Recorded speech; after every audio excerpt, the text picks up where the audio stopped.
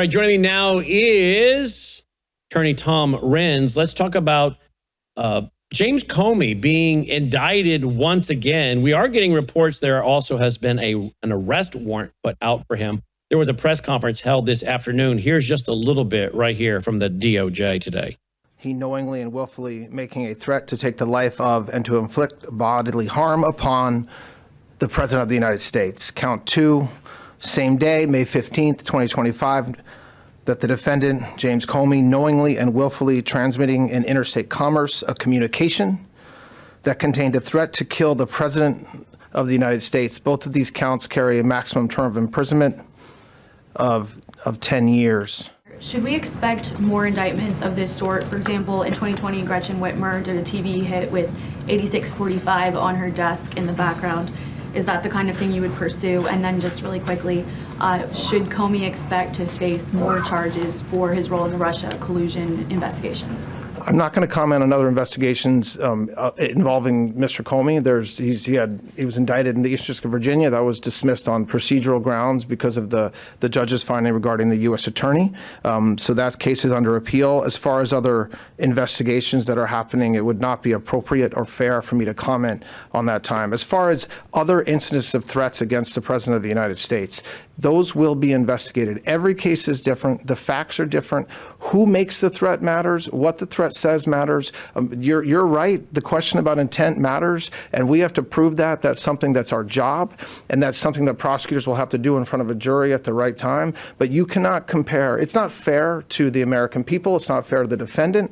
And it's certainly not fair to the prosecutors to compare, well, if you did it here, why didn't you do it there? Every case is different, but there's one thing that will never be different, which is that you cannot threaten to kill the President of the United States. All right. Now, that's what was said today. I don't know how many of you have seen this clip that was some time ago. I don't know when this was. It was some time ago, I believe. Maybe Logan can find out, but here's James Comey on, what's this dude's show? What's his name? Stephen Colbert. See, I don't even know his name. Stephen Colbert. Here's what James Comey said on Stephen Colbert. Because remember, you just heard the acting attorney general say we're going to have to prove intent. Well, obviously, this is going to come into play. Are you buying what he said? Joining me now is Tom Renz. Well, that was when his book came out, so that had to be well over a year ago, right? So are you buying that, Tom Renz? And how hard will this be if you have to prove intent? Yeah. So, listen, House, I don't know where to go with this case. First of all, no, I don't buy anything he said there. That's absolutely absurd. They were quite clearly covering up what he did. It looked very scripted to me. I don't believe a word of it. I also don't believe that he just found 8647 on the beach randomly. Nothing about that seems believable to me. That said, what is interesting is when we look at all the different things James Comey has done, the one thing we're going to charge him with is, it's a weak charge, to be honest, House. It's weak. Threats against the president. I looked up, because I knew I was coming here, and since it's my buddy House, I did some homework. I looked up the origins of 86. 47 is self-explanatory, and I ran AI searches on like 4 different search engines, and I really couldn't even find anything about that. Like it's a very vague thing, and I know it's popular right now, but it basically became popular because Comey did this. I think this is a tough prosecution. It's going to be hard to say that to prove that this was an actual threat against the president. And to me, this looks like they're trying to save face because they threw the last Comey case, and maybe they can get a few months in jail or something out of this and claim that they care. Do we really think the former FBI director is going to go to prison? I got to be honest. This case is a little bit rough. To suggest that a picture of some shells was him making a threat against the president, that's... Why not Russia? Can they not? Why would they not go after the big one? Russia. Well, this is the problem I have, House. I mean, I'm looking over because I made some notes here. I mean, you got the Crossfire Hurricane, you got the Russia investigation, you've got the unauthorized leaks and disclosures of everything on the planet, obstruction and corrupt intents and leaks. The number of laws I just went through, and I think I found about 20 different laws, give or take, that I feel like they could probably charge this guy with actual crimes and get somewhere. Instead, much like they did before, they got a case that they're just going to throw. I mean, and understand that previous case that he referenced, the one that they misfiled, this looks like a repeat of that to me, House. I mean, I want this guy to go to jail. It's great if they can do that. But at the end of the day, they have to prove intent. And you got pictures of a bunch of shells. What was he probably intending to do that? Yeah. But it's a criminal case, so we have to prove it beyond a reasonable doubt. And I don't see how they're going to do this. This looks like another Lindsay Halligan move to me, which I think was also intentional. Say that one more time for those who don't know what that is. What was that last reference you just made? So in the previous charges that they filed against Comey, Pam Bondi waited until basically the day before Comey's statute of limitations ran. And right before the statute of limitations ran, she had a prosecutor, Lindsay Halligan, file the charges. Now, Lindsay Halligan may be a wonderful prosecutor and a brilliant attorney. I don't know her, so it's not a comment about her. The thing is, though, is very, very clearly under the black letter of the law, she was not eligible to bring these charges. She was not properly appointed. She didn't have the authority to be there. And so this was a softball type thing. They could file the charges to try and make it look like the DOJ was doing something for accountability, but it was never going to go anywhere. This wasn't an activist judge. Honestly, I mean, I know we got activist judges. If anybody knows that, it's me. But the reality is that case was filed and designed to be a loss. And it looks to me like this is too. They just don't want to put this guy in jail for real. There's so many things that they could do. I don't know where the RICO charges are. I don't know where the big charges are. There's a ton of things that they could do. The continuous ongoing conspiracy, that's got to be alive and well. I don't know what this is other than just a nonsensical case to try and make it look like they're doing something. Mm. Well, listen, apparently they put out an arrest warrant for him. Listen to this. Here we go. So the Department of Justice does not issue arrest warrants, grand juries do. And so the grand jury returned an indictment and arrest warrant. I expect that there will be communication with Mr. Comey's counsel, and we'll go from there. This case will proceed like hundreds of others do every year. There will be some sort of arraignment set by the judge or assigned to the magistrate judge, and when that happens, you'll know about it. All right, so they're going to actually, I guess, make him turn himself in, and then he'll have to bond out, I guess, right? Yeah, I mean, they'll get their picture. They can, they're going to get their headlines. They're going to make this a big thing in the press for 5 minutes. But at the end of the day, they're going to have to go into a courtroom, and they're going to have to prove that James Comey intended to make a threat against the president. And you just saw that Colbert clip, right? So he's already got he already laid the groundwork for plausible deniability. They're going to have a hell of a time proving intent in the courtroom.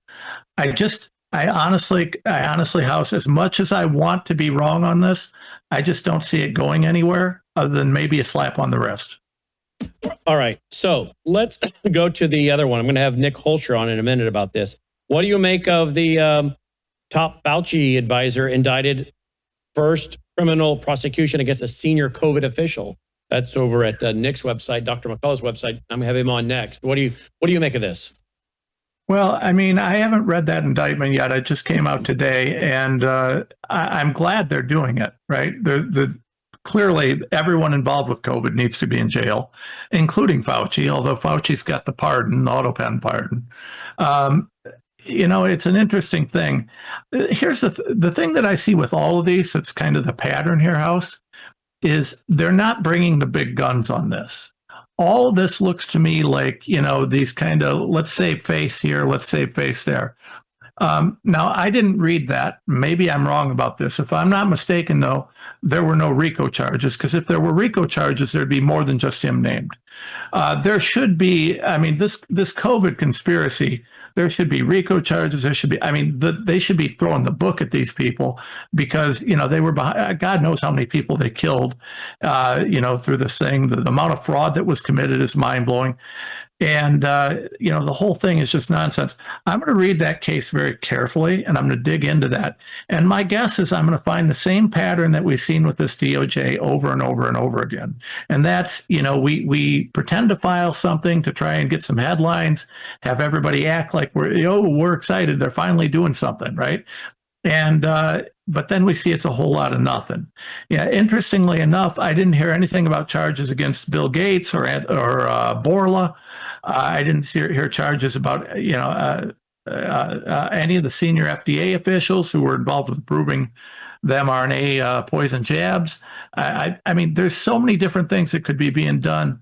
I hope I'm wrong, and I know I'm a bit jaded, but I feel like this is a whitewash. Let's switch to voting, voter fraud, election integrity. This is a story out of North Carolina. Listen to this, please, Tom. North Carolina State Board of Elections has identified approximately 4,000 deceased individuals on the state's voter rolls. It comes following a data comparison with a federal database.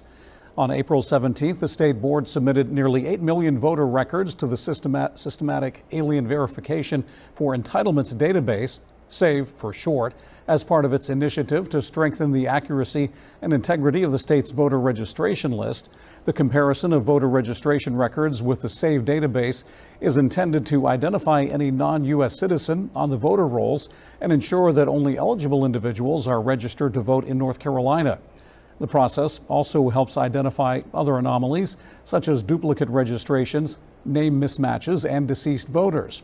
Election officials said list maintenance is a routine and necessary function, and the identification of deceased individuals on the voter rolls does not necessarily indicate that illegal votes were cast in their names. Oh, no, of course not. Again, it did cut out, but just so everybody knows, what they're reporting is 34,000 dead people still on their voter rolls. Yeah, you love how the state tried to pass it off as nothing really big. Yeah, they should. Just like Michigan, right? Just like Arizona, just like all these other states. How about Colorado, Tina Peters, right?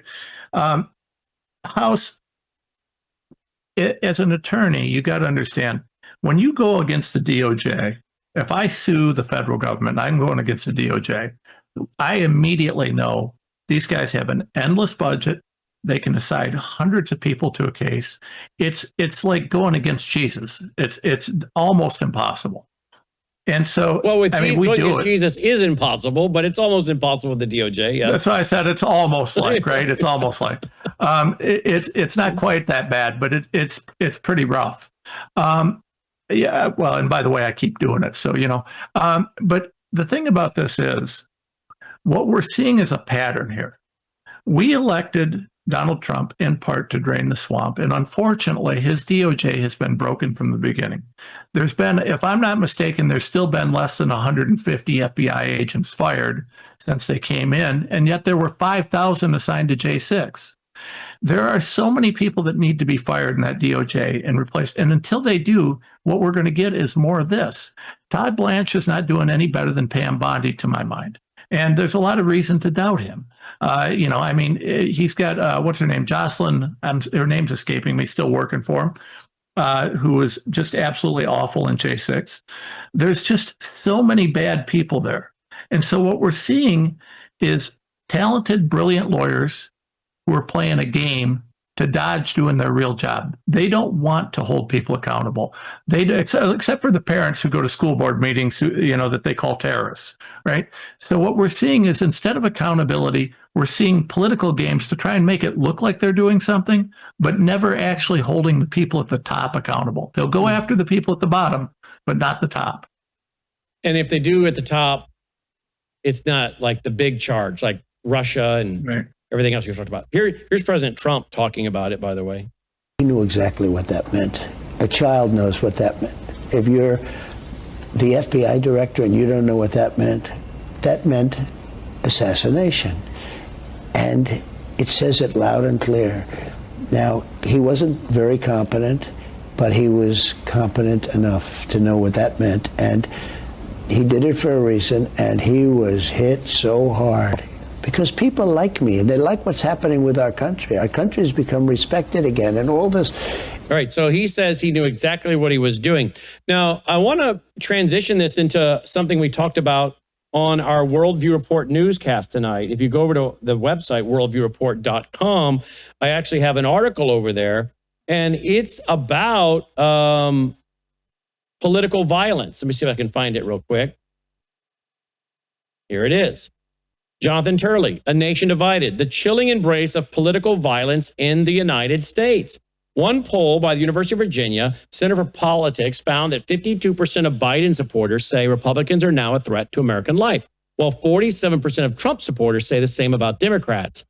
Among Biden supporters, 41% believed violence is justified to stop Republicans from achieving their goals. An almost identical percentage, 38% of Trump supporters embrace violence to stop Democrats. And what it goes on to show that this is getting very popular with the young people. The young people are starting to kind of really buy into this idea.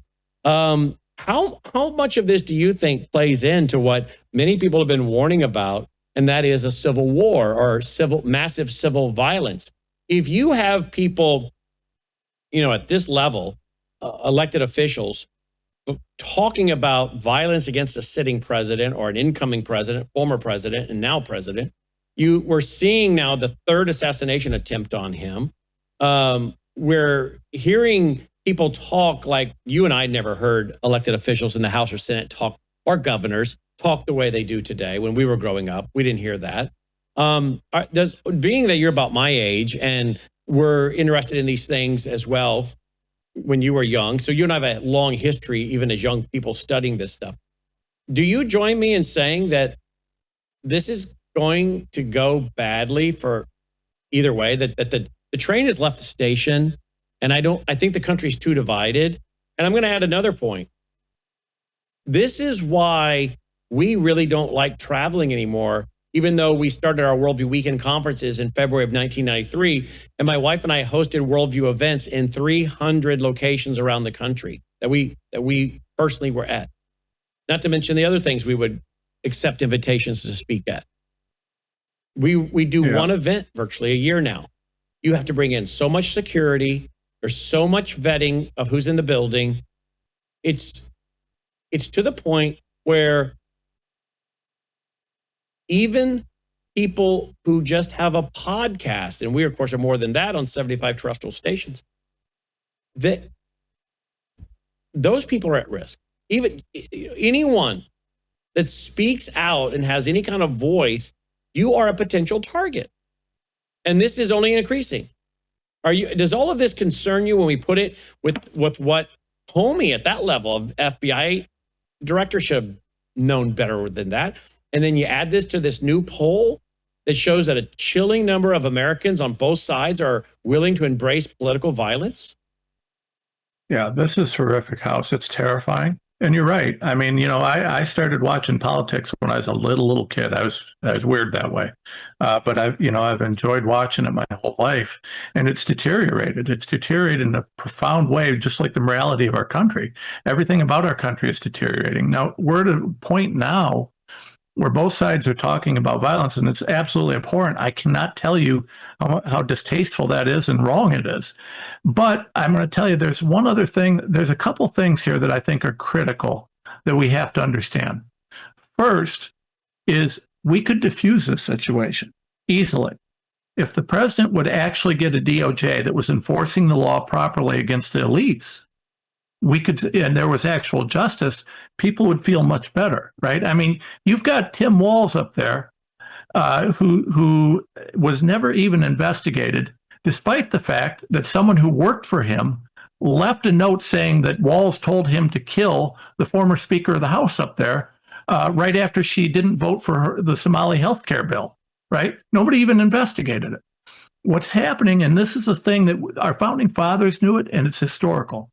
When people feel like they can't get justice, when people feel like there's two tiers of justice, when the hand of justice is not even, things start deteriorating quickly. That's why it's so critical that we have an unbiased judiciary and prosecutors that take their job seriously. What we're seeing right now is people are calling for and I cannot stress how wrong it is. People are calling for violence because they don't see a way to get justice. They see a two-tiered justice system. And this is, as an attorney, this is something that you can study, you can look at, you can know. And it's something that, our rules of ethics, I know that ethics and attorneys, it's kind of a funny joke. Ha ha ha. There's like three of us that still have them, right? But it's something that we should take very seriously. If there was no justice for COVID, there was no justice for J6, there was no justice for so many things. And so people are getting very frustrated and they're making statements. And this is historically what happens when people can't feel like there's justice. Now, there's one other thing that I think is critical in this House, and that's the First Amendment. So right now we see Jimmy Kimmel and all this stuff, and we see the government going after free speech. Now, hate speech is abhorrent. Obviously, I don't like hate speech. But hate speech is still protected speech under the First Amendment. Now, should he be fired? 100%. 100%. Should the government go after him, though? Should the government be going after someone for what they said? And the answer is hell no, because if you all remember, it wasn't that long ago the government was coming after us for saying that COVID was a fraud, for saying mRNA isn't safe, for saying things like, hey, J6, maybe it was a Fedsurrection instead of an insurrection. We had parents who were censored and put on terrorist lists for speaking out at school board meetings. Censorship is a dangerous, dangerous thing.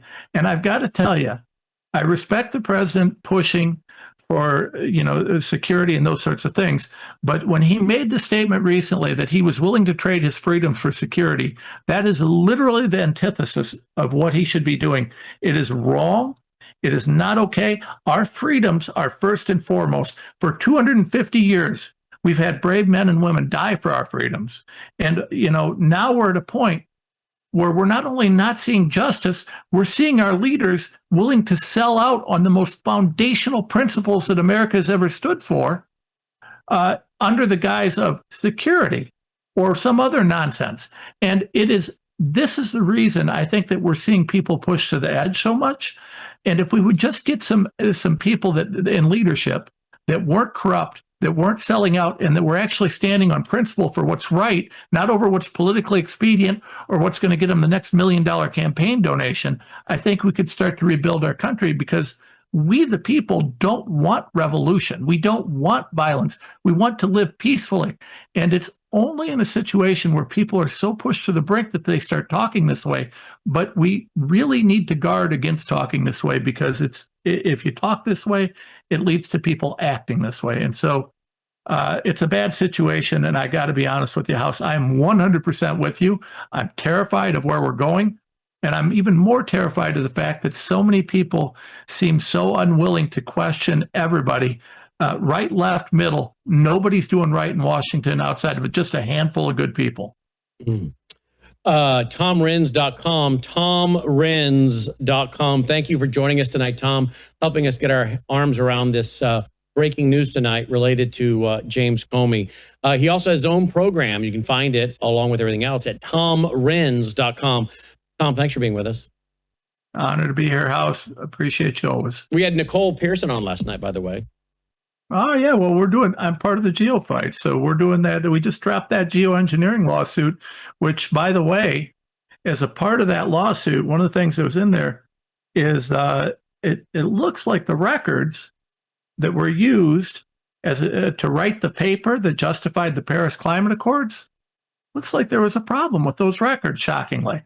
I don't want to say that, I don't want to use the fraud word, but maybe global warming's a fraud, and maybe the whole Paris Climate Accord thing was a fraud, just maybe. Interesting. Well, it was a fascinating interview, and she mentioned that you were involved in it. So thank you again for all you're doing. It's my pleasure. TomRenz.com, folks. Tom Renz checking in. We'll be right back after this short break. Nick Holscher up next. Go to worldviewtalk.com. Get your satellite phone like I have, because you know what? China is in on our power grid. That is a matter of proven fact. If you want to have communications with your loved ones, your family, your children, maybe your spouse travels, maybe you have a child away at college, you want communication should the grid go down. That's why you need a satellite phone, worldviewtalk.com. But look what else they have. They also have solar generators. I have one of their solar generators. I have the Delta Echo 400, a solar generator. So I can, of course, charge my satellite phone. I can run my coffee pot. I can run my whole house if I want to. All the details are there at worldviewtalk.com, or use that number, 1-866-738-3224. They have very friendly operators that will explain to you their products, but you can explain to them what it is you're desiring to acquire. How much electricity are you wanting to generate with this solar generator? Well, they'll tell you what size you need. Worldviewtalk.com or 1-866-738-3224.